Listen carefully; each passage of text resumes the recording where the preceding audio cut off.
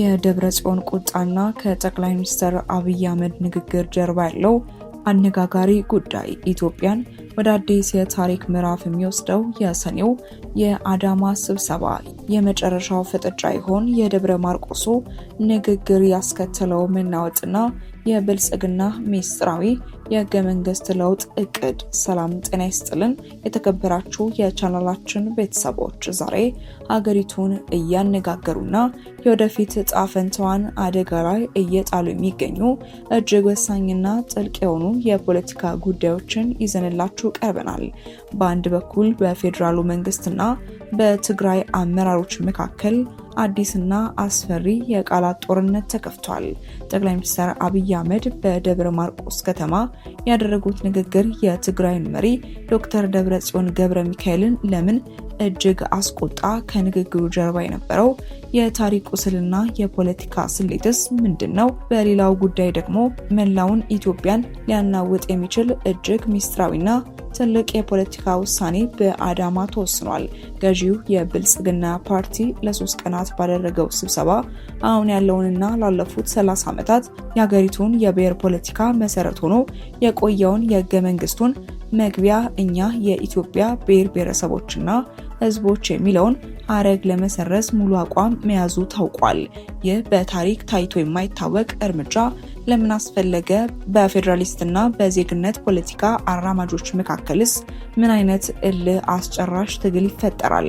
በዛሬው ቆይታችን ከነዚህ ሁለት ክስተቶች በስተጀርባ ያሉትን የተደበቁ ሴራዎች፣ የታሪክ ትረካዎችንና ቀጣይ የሀገሪቱን ዕጣ ፈንታ በዝርዝር የምንመለከት ይሆናል። እስከ መጨረሻው ድረስ አብራችሁን እንድትቆዩ የጋበዝን። ቻናላችንን ሰብስክራይብ ያላደረጋችሁ ሰብስክራይብ እንድታደርጉ በአክብሮት እንጠይቃለን። ጉዳዩን በጥልቀት ለመረዳት ወደ ደብረ ማርቆስ ከተማ እንወሰዳችሁ። ጠቅላይ ሚኒስትር አብይ አህመድ በቅርቡ በደብረ ማርቆስ ከተማ ተገኝተው የከተማዋን አየር ማረፊያ መርቀዋል።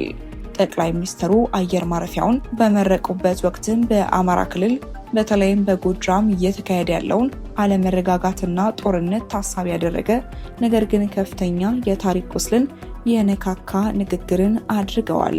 የጦርነትን አስከፊነት ከጎጃም ሕዝብ በላይ የሚረዳ የለም። በጣሊያንና በአፄ ዮሐንስ የደረሰበትን አሳምሮ ያውቃል። ከማያግባቡን ጉዳዮች ውጪ ያለው አማራጭ ኢትዮጵያን አይጠቅምም፣ አማራንም አይጠቅምም፣ ጎጃምንም አይጠቅምም። የንግግር በዋዛ የሚታለፍ አልነበረም። ጠቅላይ ሚኒስትሩ በአፄ ዮሐንስ ጊዜ የደረሰበትን ያውቃል ሲሉ ከ130 ዓመታት በፊት የአፄ ዮሐንስ አራተኛ የትግራይ ጦር በጎጃም ላይ ያደረሰውን እጅግ አሰቃቂ የተባለውን ዘመቻና የጦርነት ቁስል ማስታወሳቸው ነው። ተንታኞች እንደሚሉት ይህንን የታሪክ መጥፎ ጠባሳ በዚህ ትኩስ ወቅት ማንሳት በጎጃምና በትግራይ ሕዝብ መካከል የነበረውን የታሪክ ቅሬታ በድጋሚ በመቀስቀስ አሁን በአማራ ክልል ያለውን የጦርነት ስሜት ለማለስለስና የጋራ ጠላት የመፍጠር ስልት ይመስላል። ነገር ግን ይህ ስሌት በትግራይ ወገን ከፍተኛ ቁጣንም ቀስቅሷል። ይህንን የጠቅላይ ሚኒስትሩን ንግግር ተከትሎ በአሁኑ ወቅት የትግራይ ክልልን እየመሩ የሚገኙትና የህወሓት ሊቀመንበር የሆኑት ዶክተር ደብረጽዮን ገብረ ሚካኤል እጅግ ጠንከር ያለና ምሬት የተሞላበትን ምላሽን ሰጥተዋል። ዶክተር ደብረጽዮን የጠቅላይ ሚኒስትሩን ንግግር ዘረኛና ከፋፋይ መልእክት ሲሉ በጽኑ ኮንነዋል። ዶክተር ደብረጽዮን በመግለጫቸው ምን አሉ? በህዝቦች መካከል ግጭትና አለመተማመንን መፍጠር እንደ ቁልፍ የፖለቲካ መሳሪያ በመጠቀም በስልጣን ላይ ለመቆየት የሚጥሩ አካላት ባለፉት ዓመታት የአማራና የትግራይ ህዝቦችን በማያቋርጥ ግጭትና ቁርሾ ውስጥ ለማስገባት ያልፈነቀሉት ድንጋይ የለም። የክልሉ ፕሬዝዳንት እንደሚሉት እነዚህ ኃይሎች በታሪክ ታላቅ ገድል በመፈጸም የህዝባቸውንና የሀገራቸውን ክብርና ህልውና ያስቀጠሉ የቀድሞ የትግራይ ጀግኖች አመራሮችን ስም በማጉደፍ አሁንም ሴራቸውን መሸረባቸውን ቀጥለዋል። እዚህ ላይ ዶክተር ደብረጽዮን የተከላከሉት አፄ ዮሐንስና የቀድሞ የትግራይ መሪዎችን ታሪክ ነው። ዶክተር ደብረጽዮን ገብረ ሚካኤል አክለውም ከእንግዲህ በኋላ በቅጥፈትና በማጭበርበር መቀጠል እንደማያዋጣ በመገንዘብ መንግስት የሰላምን አማራጭ መከተልና ወቅታዊ እንዲሁም ህጋዊ የሆኑ ጥያቄዎቻችንን መመለስ አለበትም ብለዋል። የንግግር የሚያሳየው በትግራይና በፌዴራል መንግስት መካከል ያለውን ግንኙነት በፕሪቶሪያው ስምምነት ላይ ብቻ የተንጠለጠለና በጥርጣሬ የተሞላ መሆኑን ነው። ለመሆኑ ይህ ፍጥጫ ለምን አሁን ገነፈለ? ከጀርባ ያሉ እውነተኛ የፖለቲካ ፍላጎቶች ምንድናቸው?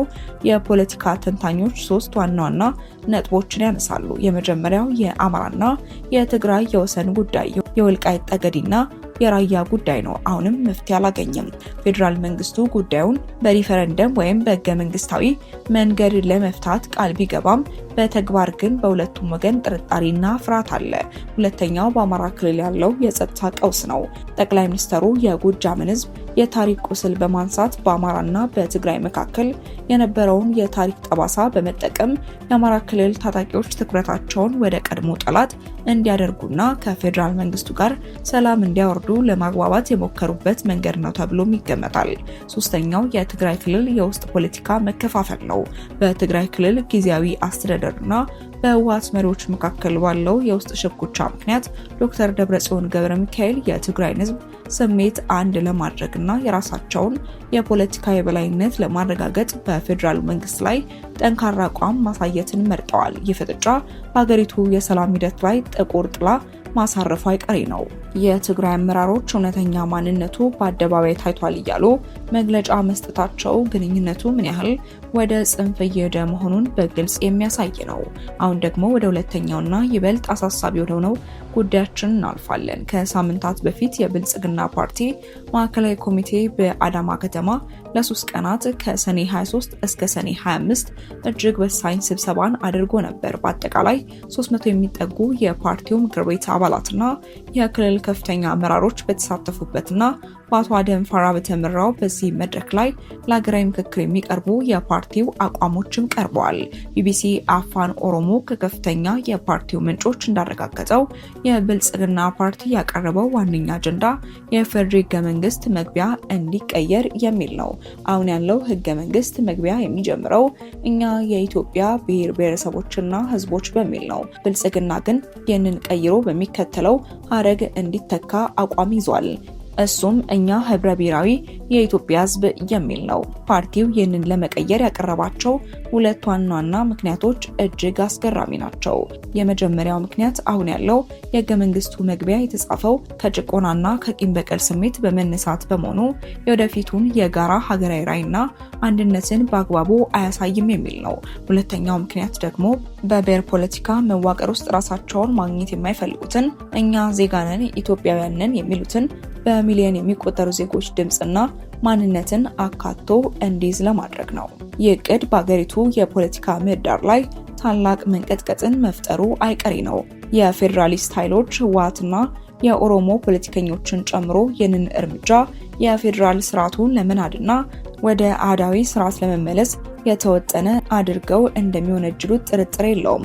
በአንጻሩ ደግሞ የዜግነት ፖለቲካ ደጋፊዎች ይህንን እርምጃ ለሀገራዊ አንድነትና ለዜጎች እኩልነት የተወሰደ ታሪካዊ እርምጃ አድርገውም ይደግፉታል።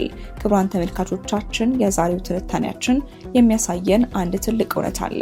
ኢትዮጵያ በአሁኑ ወቅት በአስፈሪና በአዲስ የታሪክ መገናኛ መንገድ ላይ ትገኛለች። በአንድ በኩል በትግራይና በፌዴራል መንግስት መካከል የጀመረው የታሪክ ቁስል መነካካትና የቃላት ፍጥጫ በሰሜኑ የሰላም ስምምነት ላይ የራሱን ጥቁር ጥላ ማሳረፍ አይቀርም። በአንጻሩ ደግሞ ገዢው ፓርቲ ህገ መንግስቱን ለመቀየር የያዘው አቋም በሀገሪቱ የብሔር ኃይሎችና የዜግነት ፖለቲካ አራማጆች መካከል አዲስና እጅግ አስፈሪ የፖለቲካ ፍልሚያ እንደሚቀሰቅስም ግልጽ ነው። በቀጣይስ ምን ይፈጠር ይሆን? ዶክተር ደብረጽዮንና የትግራይ አመራሮች ይህንን የህገ መንግስት ለውጥ እቅድ በምን መልኩ ይጋፈጡታል? የብልጽግና ፓርቲስ ይህንን የህገ መንግስት መግቢያ የመቀየር እቅዱን በተግባር ለማዋል ምን አይነት ዋጋ ይከፍል ይሆን? ይህንን በሀገራችን የወደፊት እጣ ፈንታ ላይ የሚስተዋሉ ክስተቶችንና የፖለቲካ እንቅስቃሴዎችን እኛም በገለልተኝነት መከታተላችንን እንቀጥላለን። እናንተስ በዚህ ጉዳይ ላይ ምን ትላላችሁ? የጠቅላይ ሚኒስትሩ የደብረ ማርቆስ ንግግርና የደብረ ጽዮን ምሬትስ እንዴት አያችሁት? የህገ መንግስቱ መግቢያ መለውጡስ ሀገሪቱን ያረጋጋታል ወይስ ሌላ ቀውስ ይፈጥራል? አስተያየቶቻችሁን ከታች ባለው የኮሜንት መስጫ ላይ ጻፉልን። አብራችሁን ስለነበራችሁ እጅግ አድርገን እናመሰግናለን። ቪዲዮውን ከወደዳችሁት ላይክ እና ሼር ማድረጋችሁ እንዳትረሱ። በቀጣይ ቪዲዮ እስክንገናኝ ድረስ መልካም ቆይታ።